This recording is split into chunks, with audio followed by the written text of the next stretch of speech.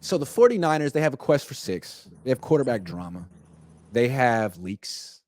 They have they're always being talked about. You know, there could be nothing going on. It could be June 29th, and all of a sudden you got an insider being like, hey, man, I got an opinion or maybe an informed opinion. It really feels like if you want to move the needle, if you want people to listen to you talking about a team, talk about us, it's got to be the Niners. It used to be Dallas. Like, you would watch, I don't watch ESPN that much, but you turn on that show in the morning, First Take or whatever, it would just be like a lot of yelling about the Cowboys, especially in the football season. Like, the Cowboys who cares? and LeBron. Who cares? Yeah. Yeah. Now, I feel like it's the Niners. It is all about this quarterback thing, and the fact that they haven't won a Super Bowl and they're in the mix, that kind of annoys like older Niner followers because it used to not be what they were about. But now I feel like the Niners are freaking loving it. Like, they love being talked about. They love that I have a show and there's a million content creators and there's constantly 8 different people talking about what they might do. I think they love all of it, and they're sort of trying to become the next Dallas in the sense that it's more important to be talked about than to actually win a championship. Yeah, I mean, if you think about it, what we want is a championship, right? And a championship is emblematic of success. But there's a question that we always say to each other all the time when we talk, Ig, and what is it? How much more money is it really if you win a Super Bowl? Right? Like if you're an organization and like, as far as like what we did, as far as our bottom line is concerned, is there, like, I'm sure there's an uptick for winning the Super Bowl, but is it really that much? I mean, we're pretty much in the sweet spot. We're in, like, fiscally, we're looking pretty good. And look at how much like they've increased their value the last 3-4 years with Kyle Shanahan. Like, just with Kyle and having having no answer at quarterback, having Kyle Shanahan and this roster, they've sort of made themselves the talk of the league, which is amazing. Well, even more than the Chiefs. The Chiefs are the best team in the league, but I feel like people talk about the Niners more because there's more drama. There's more mystery. Yeah. Who's the quarterback? Also, there's just more eyes. We're living in the age of content, Grant, where eyes are money. Attention is money. And the money comes so fast and fluidly that you don't even have to get to a championship to actually validate yourself, right? As long as you're in the conversation, you're validated. As long as you're a part of the mechanism that gets to the championship, then you're an important piece of the cog. Right now, we're getting more press than the Chiefs. We're talked about more than the actual people who won the Super Bowl. And there was a clip.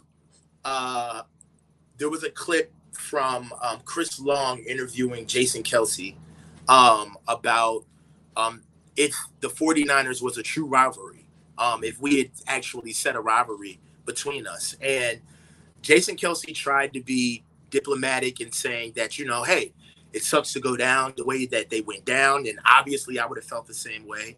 And then Chris chimed in and he touched the nerve of the conversation. He said, they were bitching all offseason. I'll say it for you. You know, they were complaining all offseason. You know, like, you can say, I won't say it, I'll say it for you. And because of that narrative, I feel like, we're talked about, and we're also in the news and the media, which means that there's a lot of people that matter to us that are watching this stuff in their free time. And one of the things that I know about Dallas is they're almost the college iteration of Dallas is Notre Dame, right? Just around for no reason, talked about for no reason, just because of the money that's behind them and who's behind them and the history that they have, but they don't actually add any value to the real conversation of who I care about, right? And the only thing that matters about that conversation in real time is that it puts a target on your back. Right. When people play Dallas, it's not the fact that they care if Dallas is good or not. They just want to whoop their ass because they know everybody's watching. And we can't lose to this social media ass squad.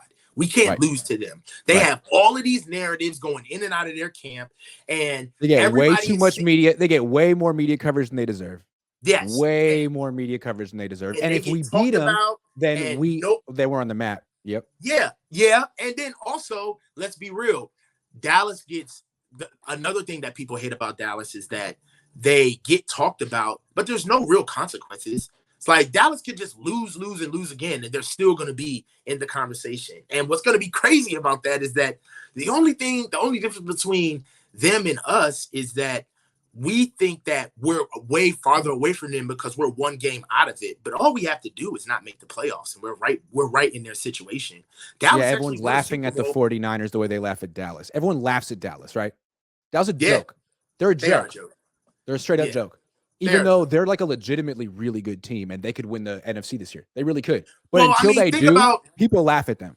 And why know why they're a joke is because of how they're ran. They have an owner. They have an owner who dips in and takes power away from the coaching staff and does things that are outside the organizational norms that are known to be successful that serious organizations do, right? Also, they're like attention grabbers. Yes. It's like they want the attention, And what's going to be crazy about us is that I feel like if we keep losing, there's going to be a peel back of the onion of how we're ran. And they're going to be saying, well, wait a minute. So the GM answers to the head coach. Well, who does the head coach answer to? And does the owner have any control over the head coach? And there's going to be real questions about our organizational workflow and how we get things done. And that's what happens when if you lose, people are going to start, it's like an audit. Like if you start screwing up on your money, Uncle Sam's coming and he's going to open up he going to want to see everything. I want to see your bank accounts and I want to see how everything is done. I need to see the true workflow. And if it's not ran right, you're non-compliant.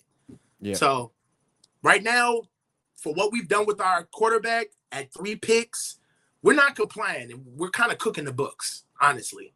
What they talk about, like the quest for 6 is like, are you all in for that? Or is it another marketing slogan?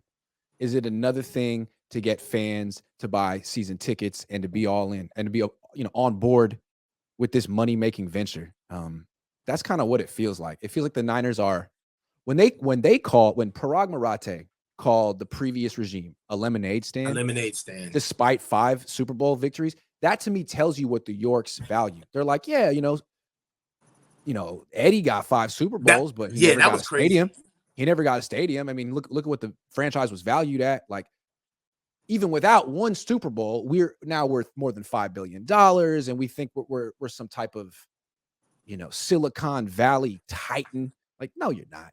But that's what they think, and I think that's kind of disheartening for Niner fans that are waiting around for the next Super Bowl. Like, yeah, it could happen eventually, but I don't think there's that much urgency. I feel like we'll run into a Super Bowl much more than actually go and get one with how we're moving. I agree. Because we're top heavy, and this can only go on for so long. Yeah, agree.